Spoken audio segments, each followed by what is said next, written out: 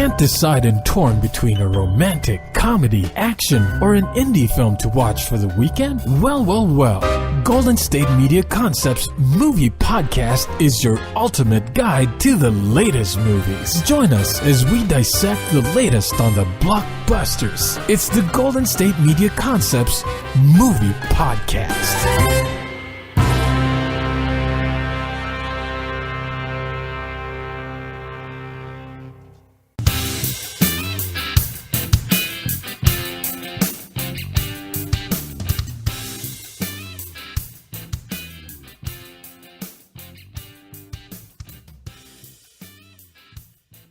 Welcome to the GSMC Movie Podcast with your favorite host, Ryan Holloway, presented by the GSMC Podcast Network for all of your podcasting needs. How you guys doing? Are you ready for Christmas?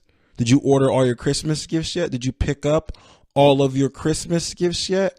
If you didn't, that is okay, because the internet, primarily Amazon.com, has contributed to our laziness. So we're good. Like we're fine. We're okay.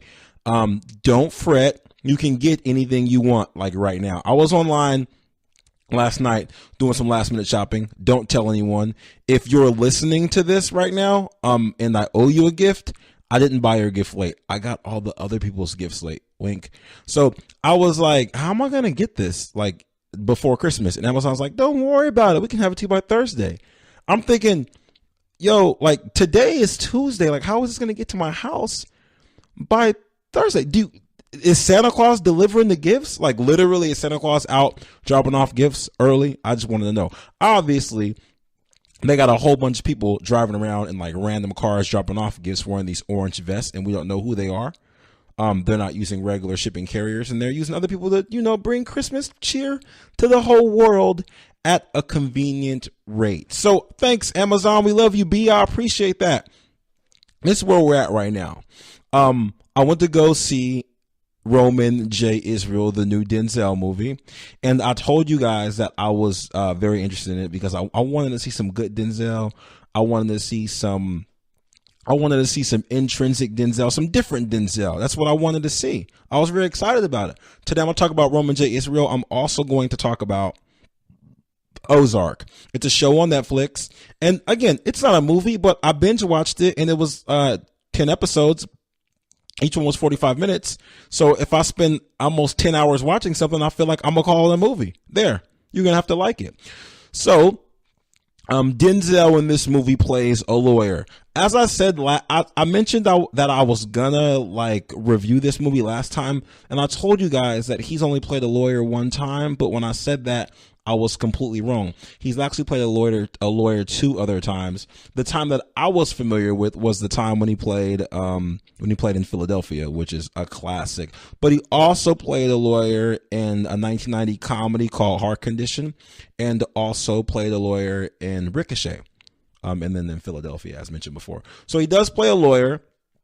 He plays an idealistic civil rights attorney, and he was working under his mentor, and his mentor basically passed away. Denzel, for the most part, I want to say he plays a more I don't want to say introverted role, but it's not like loud. It's not extroverted. So. And basically he ends up like in a situation, where his morals get challenged because he teams up with another attorney that was a student of the attorney that he used to work for. But this attorney is kind of, I don't want to say shady, but kind of, like doesn't play by the same rules as Denzel. And Denzel kind of ends up in a difficult situation, having to make some difficult choices, challenging his morals and his idealistic, socially correct view that he's always had. That gets challenged, and he has to make some decisions. The way the movie starts off with him basically writing a letter, and he starts the movie off writing a letter asking to be disbarred. That's not a spoiler. That's just in the beginning of the movie. So that can kind of give you an idea of where it's going to go. I don't want to give away too many spoilers. I don't want to give away a spoiler at all because it's, I'll say this. The acting's great. It's Denzel, and it's the good Denzel. It's not. I don't want to say. I mean, I like Denzel in everything he's in, but I really like when Denzel like puts on a part. For example, this part for Roman J. Israel, I thought that Denzel had just put on like a bunch of weight, which is fine. Like, I mean, he's been in the game for a while.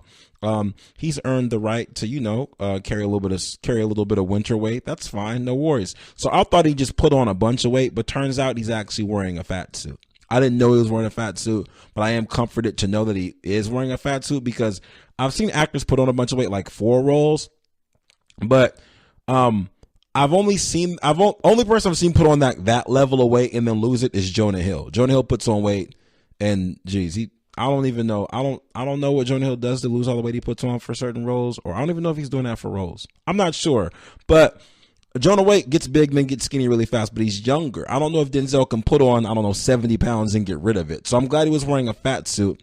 He was wearing a fat suit. There's pictures of him walking around basically Santa Monica wearing his fat suit and then dressed really like slubbish, like looking like very like undesirable, like wearing like a big, like a loose dashiki, loose jeans with boot cut, like wide boot cut jeans, just kind of getting his part, doing his method acting thing.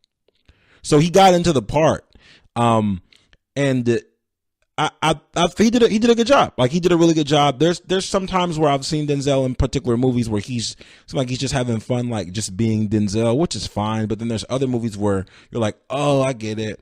Oh, that's Lonzo from Training Day. Got it. I understand. Oh, that's the dad from Fences. Get it. Completely understand. Got it. Oh, you're the Lord from Philadelphia. Oh, you're Malcolm X. Got it. Like, there's those particular roles where he's a completely different person, which is what we love to see. And he does that in this movie. Colin Farrell is also in the movie. He's the one that plays the shady lawyer I was telling you guys about a few seconds ago. The movie runs an hour 54 minutes long, so it's not going to be something they're going to rush you into and force you to like it. It's nothing like that at all. It's solid entertainment. If I were you, I'd go see it. The cinematography is really good also. It's filmed really well. It's got how do I say? It's got a good soundtrack. It's got a good soundtrack too, just because of where it's set. The base is in LA. It's supposed to be like the slums and like the office that Denzel works for is basically it's inner city LA. So it's a how do I say the word? What is the word? Understaffed. It's he works for public defender's office, and they're understaffed significantly. Like, they're very understaffed. So it's one of those, it's an inner city feel, and that's why he ends up getting challenged, because he tries to go above and beyond in certain situations, and he kind of ends up in a situation where that's probably not the best thing that he should do. But I think you guys are gonna like it. Again, like, Denzel plays the solid Denzel that we all love and that we all like. If you don't like this movie, I'm not sure why you wouldn't. The dialogue is good. He's the witty Denzel. He's the witty Denzel, but obviously because he's an attorney, he's got like snaps and small things to say. And I thought it was a good movie. Honestly, I will go see it again. I'm probably gonna watch it again because I know there's parts in it that I might have missed the first time that probably went over my head. But it's definitely one of those Denzel movies that you wouldn't mind watching again. They'd probably recommend seeing to friends. I want to say like Inside Man, kind of. Do I dare to say Inside Man? I don't really want to say Inside Man because I feel like Denzel in Inside Man was Denzel versus this movie. He's Roman J. Israel, and I think it's a character that you guys can all appreciate, especially because for this character they gave him a fro, they put him in this fat suit and made him look like a completely like different Denzel. And I don't know if they did that for effect, but whatever it was, whatever reason they did that for, it worked for me. Like, I'm with it. It worked for me. I didn't see Denzel when I was watching the movie. I saw Roman J. Israel. So I recommend you guys check it out. It's in theaters right now. Again, it's an hour and 54 minutes. You have that much time for Denzel. You definitely do.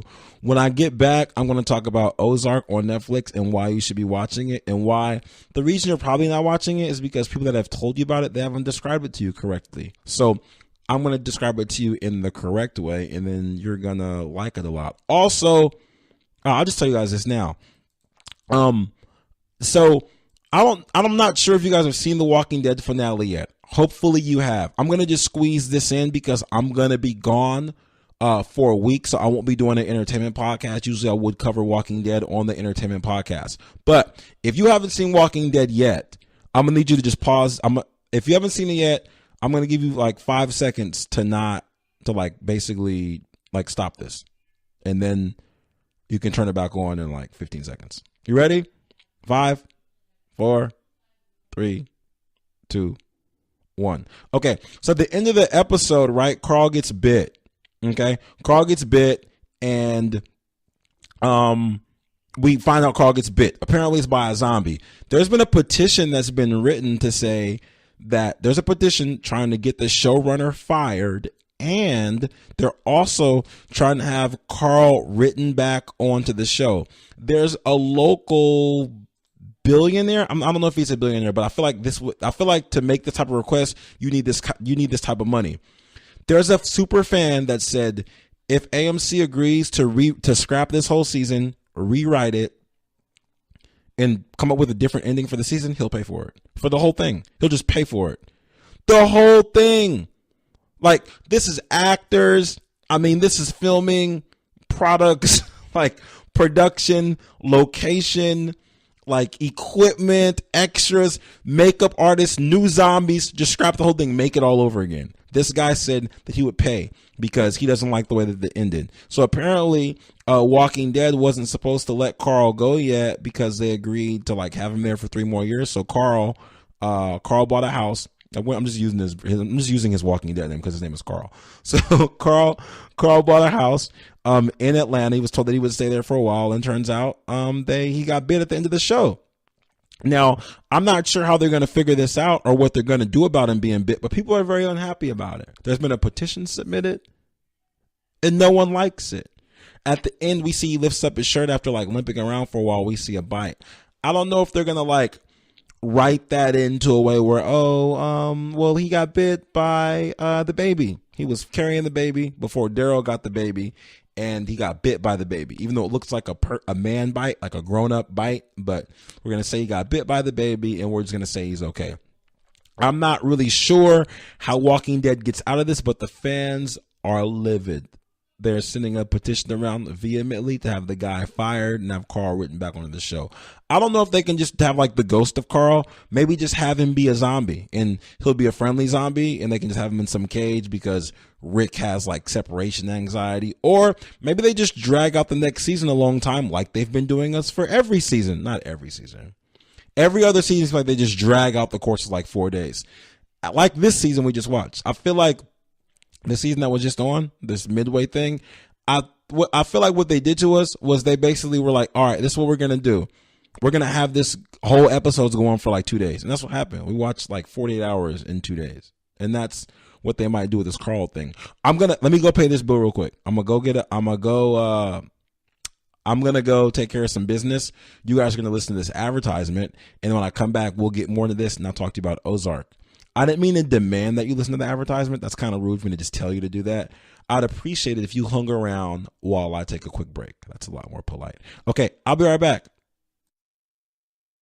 Tired of searching the vast jungle of podcasts? Now listen close and hear this out. There's a podcast network that covers just about everything that you've been searching. The Golden State Media Concepts Podcast Network is here. Nothing less than a podcast bliss with endless hours of podcast coverage. From news, sports, music, fashion, cooking, entertainment, fantasy, football, and so much more. So stop lurking around and go straight out to the Golden State Media Concepts Podcast Network. Guaranteed to fill that podcast itch. Whatever it may be. Visit us at www.gsmcpodcast.com. Follow us on Facebook and Twitter, and download us on iTunes, SoundCloud, and Google Play.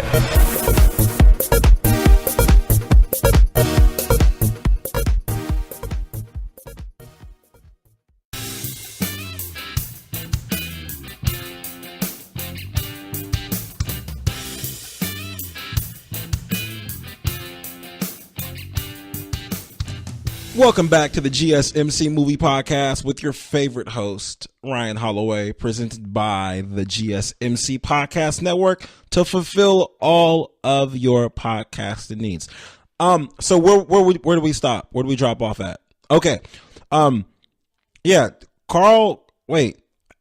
If you haven't seen Walking Dead, I'm going to need you to turn this off just for like 10 more seconds while I just get through this, okay? And then you can come back. Anyway, so Carl, let me give you 5 seconds. 1, 2, 3, 4, 5. Okay, so Carl got bit.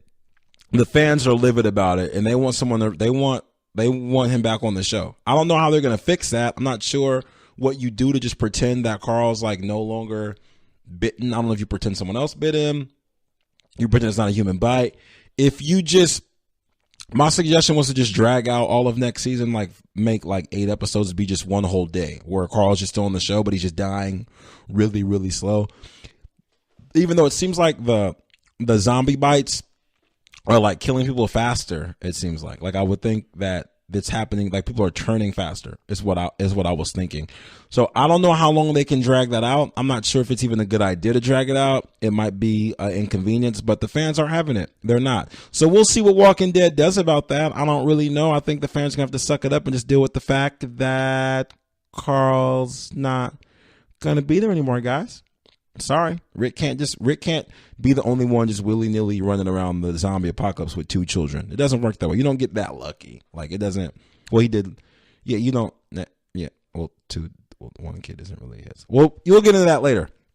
Anyway, this is where we're at. I want to tell you guys about this show I started watching on Netflix. Actually, I didn't start watching it. I destroyed it. I binged through it accidentally while I was in the airport on Saturday and happened to turn it on, and I was like, whoa, this is pretty good. This is pretty good. And I ended up binge watching it, and I completed it on, I want to say Monday. No, Sunday. I destroyed it on Monday. No, I destroyed it on Sunday. And it's called Ozark. Now, people kept recommending that I watch this show, and no one would really tell me what it was about. Like, I had people saying, hey, do you watch Ozark? And I was like, no, what it's about? Oh, you'd like it. What's it about? Oh, weird stuff. Weird stuff. I had 2 people tell me weird stuff. Now, I don't know if maybe they've just never seen it. Like maybe they've never seen it, or they didn't like it, or they read a preview about it, or someone else recommended it to them, because there's nothing that weird to me about it. It's a great show. If any of you guys have seen Banshee, it's a show that used to come on Cinemax. It has Anthony Starr in it. He is a famous European actor. It's called Banshee. It used to come on Cinemax. It's about a guy who basically like runs away from New York or whatever, and then he goes to a small town and he pretends to be a sheriff in that small town, basically. And he has to he pretends to be a sheriff in that small town. He fights crime, and he also does a bunch of illegal stuff as well, like while fighting crime. It's an interesting show, but he basically assumes an identity and goes to a small town. Ozark is kind of like that. Has Jason Bateman, and he has to go to a small town and assume an identity as like a business owner. But what actually happens is he is a money launderer for the cartel. So his job is to launder money. He gets approached by this individual that works for the cartel and says, hey, I need someone to look over my books and find out if someone's skimming. He looks over the books for a very long time, finds someone is skimming, then he gets hired by the cartel. Reluctantly. He doesn't want to, but ends up being hired because some things happen in his family. One of his partners ended up stealing money from the cartel, which is strange because this guy, the cartel, basically like financier, the head of finances, let's say the CFO, the chief financial officer, he's the one that recruits Jason Bateman to be the money launderer, right? And he hires him to say, hey, can you look through my books? Because I think someone's skimming from me. So this guy approaches Jason Bateman because someone's skimming. And turns out, years later, Jason Bateman's partner ends up skimming from the guy. And the guy shows up, kills everybody. And Jason Bateman's like, no, hey, he basically just convinces them to not kill him and let him escape and go to like some small city. Jason Bateman gets to this small town, and turns out there's other things going on in this small town that he didn't suspect. And the small town is like low key kind of corrupt. Like it's kind of a corrupt town. It's on the lake. It's in a city that's called Ozark. That's basically primarily water. It is a awesome show. Why, you might ask? I'm gonna tell you why. I'll tell you why it's a great show.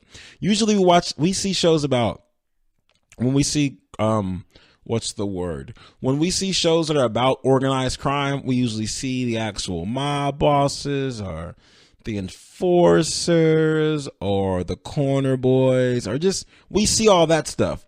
But we see the guns, all that. But to actually see a money launderer is like, to see a money launderer, it's a completely different twist. It's a completely different twist on everything that we've seen as far as like organized crime goes. And it's cool because he's not like some fake goon. He's not trying to be a goon. He's not trying to be a thug. He is an accountant. He's an accountant, and his job is to count money and open these businesses and then move the money into these businesses and basically get clean the money and get it back to the cartel. When he gets to this small town, there's other illegal operations going on in this small town. There is actually a family of drug dealers that sell heroin from poppy flower that live in this area. There's a church doing some illegal things. There's a strip club doing some illegal things. There's all these other entities that he didn't plan on being variables in his new plot to just basically escape Chicago and like move money through. I'm gonna say it's a solid show. I wish someone told me that's what it was about before. I was kind of dealing with one of those things where, you know how when you have time, you just have time and you're somewhere, not when you're being lazy, but when you just have time. I was in the airport and I had time. And I was like, okay, let me just flip through Netflix a little bit. And I was like, Ozark, let's see what happens. I turned it on and I'm like, oh, okay. All right. This is good. I like this. Okay, I like this. Yeah, this is dope. And I had a good time with it. So I felt like if someone were to tell me, hey man, you should watch this show, and I say, why? And they're like, yo, it's an organized crime show, but it's primarily about the money launderer, I would have already watched it.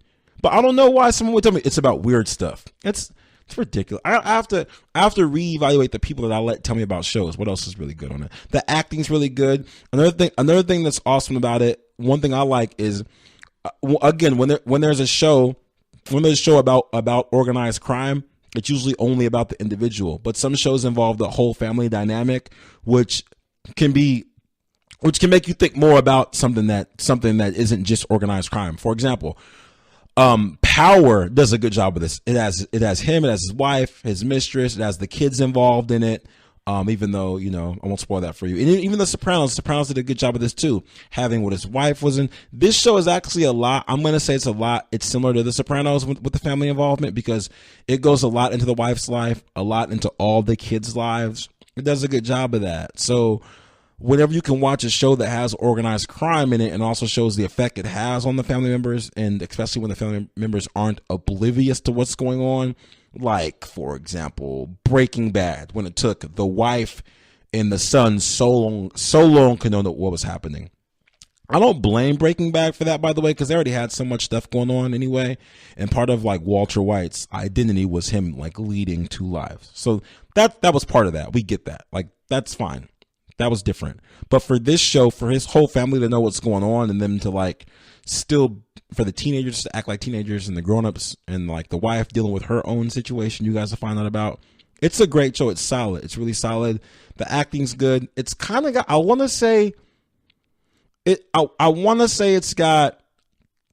does a good job of being serious while still having like small things in it that are funny. You know what I mean? How when something's serious, but it still has that little, not like a laugh track, but there's little things where you say, huh? Like that. Sopranos, I want to say Sopranos did a good job at that too. There's a part where Jason Bateman and his wife, they go to handle some business or whatever. They have their son with them. They leave, and Jason Bateman's about to pull off, and his dad's like, Dad! And Jason Bateman's like, what? It's like, you forgot I was here, right? It's like, no, get in the car. And the way they do the camera angles, you forget he's there too, because the son's kind of a forgettable character, and that they make a joke of that. But it's not blatantly slap sticky, like, haha, they forgot the kid. It's more like regular human conversation. Like, it's not, you know how some things are written in a way where it's written in a way where people are more clever than they actually are. I'm sorry, I lied. Most things are written that way, but a lot of like joke things are written more clever than people are. Versus some of the perfect stuff, some of the perfect things, they sound really natural. A perfect example would be when Marvel does like little, like when Marvel has people talk the way people talk, and like Thor. Like, Thor isn't outrageously funny, but he says small things that regular people would say that makes it funny. Ozark has small stuff like that, just small things where you'll get a small laugh of it, but it's still a serious show, super serious. You guys should watch it. I think you'll like it a lot. In fact, no, watch that. If you do anything while you have your vacation off right now, I suggest you watch Ozark. It's really good. It's outstanding. It's incredible. You'll like it a lot. I will not be here for about a week. I'm going to go ahead and let you guys enjoy your holidays. Actually, you only listen to the movie podcast once a week anyway. But if you listen to other podcasts, such as GSMC Entertainment Podcast, GSMC Basketball Podcast, GSMC Weird News Podcast, I will not be returning until Wednesday. When I do get back, though, what I will have for you guys, I will have that John Gotti review done, and I will have the Return of the Jedi. I'm sorry, not Return, the Last Jedi review done. I'll have both of those done for you guys. I promise. I hate making promises because if I break your heart, then I don't know how you guys are going to feel, and then we're going to have trust issues, and you know, I take the promise back. I'm going to do my best to get it done for you. How's that? With that, I want to thank you for joining me, Ryan Holloway, your favorite host, for another GSMC movie podcast on the GSMC Podcast Network. Please go ahead and follow through on what I asked you to do after every episode. Live long, prosper, watch for potholes. You can be anywhere in the world right now, but you're here with me, and I appreciate that. Happy holidays.